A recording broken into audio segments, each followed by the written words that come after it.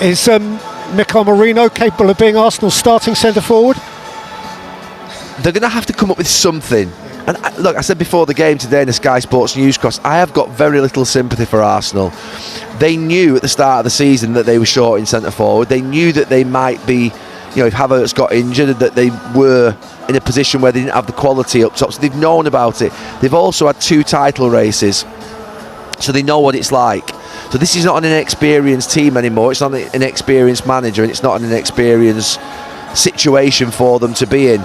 So I always say that ultimately, did you know that this could have happened before the start of the season? Yeah. Could it have been foreseen? Yes, it could. We knew that Arsenal lacked goals up top and a top centre forward. I'm not saying they should have gone and desperately buy one, but they knew in the January transfer window that there was an issue there. Again, couldn't get any business done. So this could have always happened. It has happened. I thought it might be Declan Rice coming from behind and from midfield and going forward, and Jorginho and Partey might be deeper, or even Merino and Partey might be deeper. But it's ended up that Merino's obviously gone forward, and he's been the one that's the threat in the box. Sometimes good can come out of what seems to be bad, and you can sort of develop something together. It's going to be tough for Arsenal. They were playing against Leicester in the bottom 3 yesterday, and they're going to have tough games coming up. So I wouldn't say it's all plain sailing, because they scored with 10 minutes to go, and then obviously a little bit later than that. But it was a good moment for them. They have to find a way. No excuses. When you've been in a title race for 2 years on the bounce, you spent hundreds of millions, you knew you had a slight weakness at centre forward, you can't act all surprised when you sort of 10-15 games to go and you're in a title race and you think, feel sorry for yourselves. That's not the way in which it can be, and I'm sure Mikel Arteta's not feeling that way either. Welcome back to the Kosi Arsenal podcast. My name is Kosi. Welcome back to a brand new video. Gary Neville has been at it again. His agenda with Arsenal never stops. This guy always has something to say about Arsenal. He always has something to say about our players, about our club, the way Arsenal is run, and so on and so forth. And this time, he's absolutely right. And I'm going to talk about, the points that he actually pointed out on Arsenal's lack of a striker, and why this season is going to be a hard ending as compared to last season and as compared to what we would have wanted. So Gary Neville was asked about whether Arsenal could actually use Mikel Merino as a centre forward, and he said it's going to be very hard. I mean, Mikel Merino could turn into something positive. Arsenal signed him as a midfielder. It didn't work out, and probably using him as a striker could actually be the positive they get out of him. But there is always a but when it comes to Gary Neville. He says, but it's gonna be a hard run for Arsenal. With Mikel Merino up top, you do not have enough firepower. Actually, he was suggesting that Declan Rice should have moved up top, right? And then Mikel Merino moved in midfield. I think Mikel Arteta did the right thing, move Mikel Merino up top, and then keep Declan Rice as part of the midfield. I want us to run into the discussion. Is he right about Arsenal having a very difficult ending to the season? Is it right about Arsenal having seen this coming?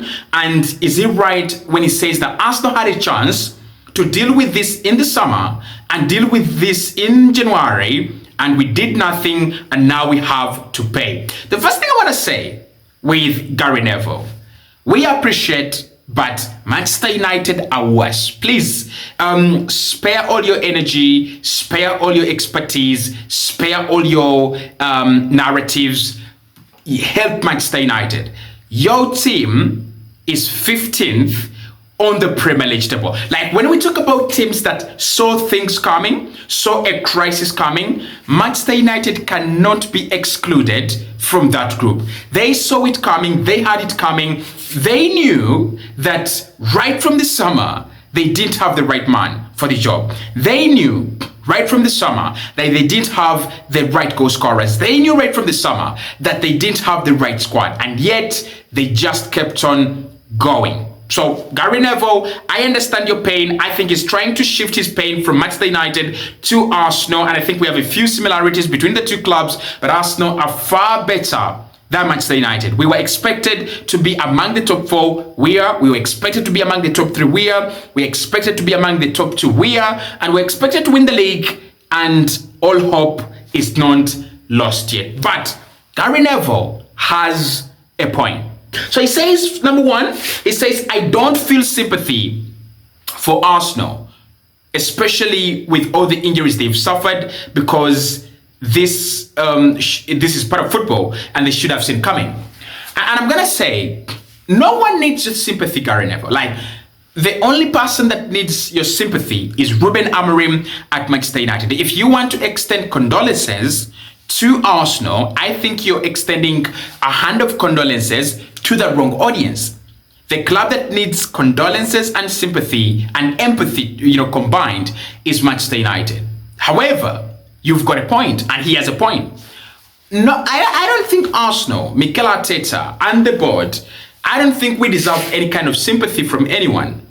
This is a situation that we all saw coming. This is a situation that we all said maybe we could have dealt with it a little bit better. And what happened? We didn't, right? So why no one can actually give Arsenal sympathy and why we're not worthy of it is we have built our squad for 6 years. For Christ's sake, we have rebuilt this squad for 6 years. And in that period of 6 years or 5 years, depending on how you want to count the years, how many strikers did we get rid of?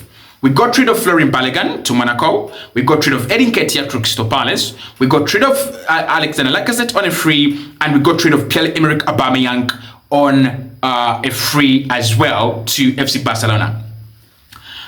When you think about the number of strikers that Arsenal have lost, let's compare it with the number of strikers that we have actually signed.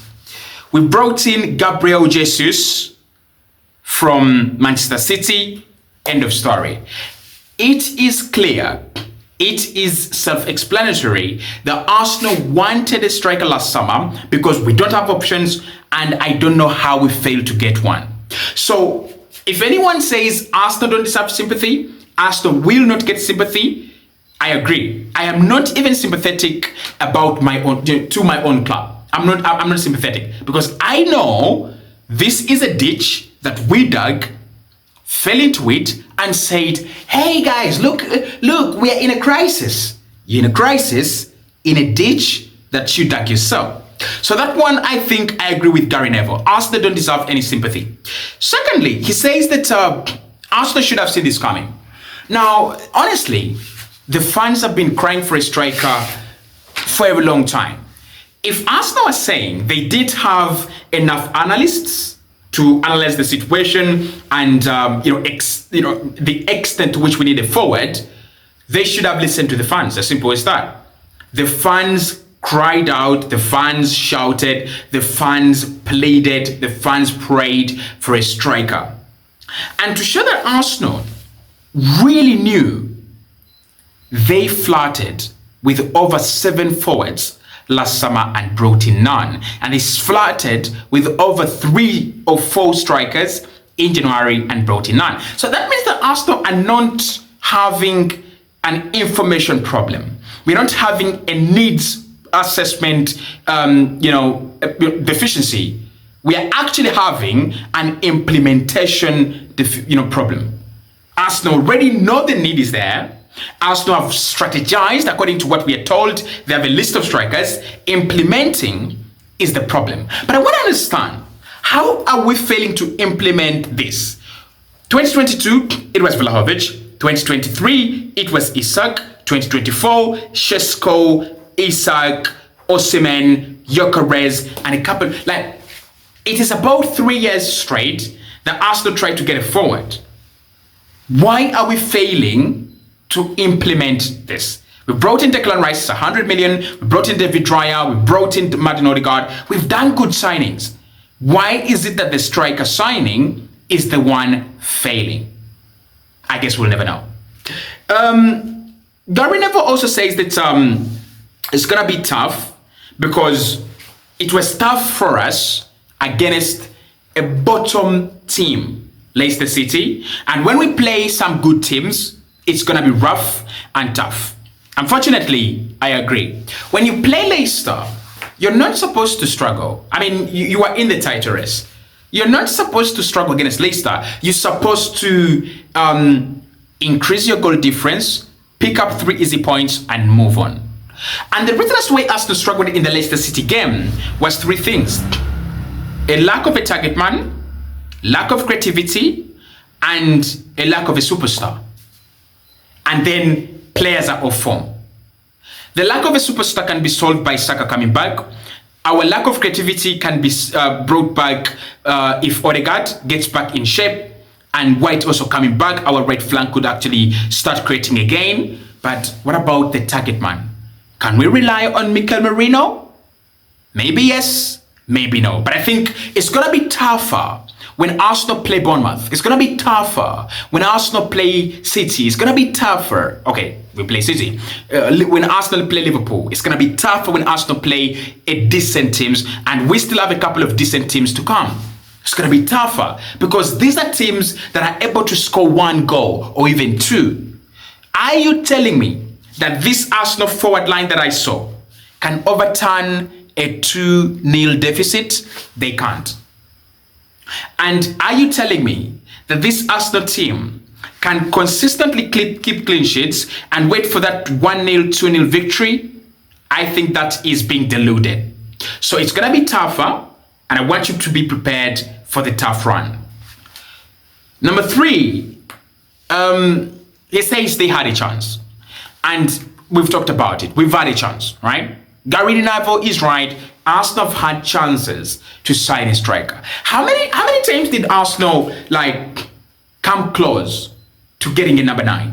And we did it. So yes, we had a chance. We had a chances to sign a number 9, and we didn't. And now it's time for us to pay. Garry Neville is right, but can we prove him wrong? That's the question. See you soon.